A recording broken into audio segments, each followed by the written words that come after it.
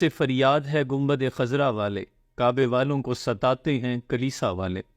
بچپن سے پڑھتے اور سنتے آ رہے ہیں کہ فلسطین یہودیوں کے قبضے میں ہے اور باقی تمام اسلامی ریاستیں آزاد ہیں، لیکن آج یہ حقیقت کھلی ہے کہ صرف فلسطین آزاد ہے، باقی تمام اسلامی ریاستیں یہودیوں کے قبضے میں ہیں۔ بت صنم خانوں میں کہتے ہیں مسلمان گئے، ہے خوشی ان کو کہ کعبے کے نگہبان گئے۔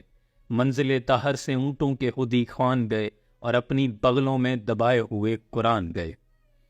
گونگی ہو گئی آج کچھ زبان کہتے کہتے، ہچکچا گیا میں خود کو مسلمان کہتے کہتے۔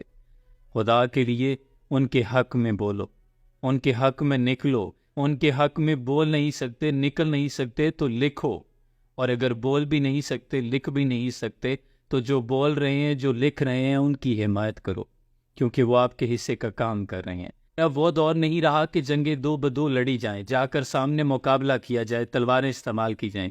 اب تو آپ کے پاس ایک جوہد مسلسل اور بڑی ریاستوں کے بعد وہ ہتھیار موجود ہیں کہ جن کے بارے میں صرف آپ نے دشمن کو باور کروانا ہے کہ تمہارے پاس اس ظلم و ستم کو بند کرنے کے لیے اتنے گھنٹے کا الٹیمیٹم ہے، ورنہ پھر جو بھی حالات ہوں گے اس کے ذمہ دار تم خود ہوگے۔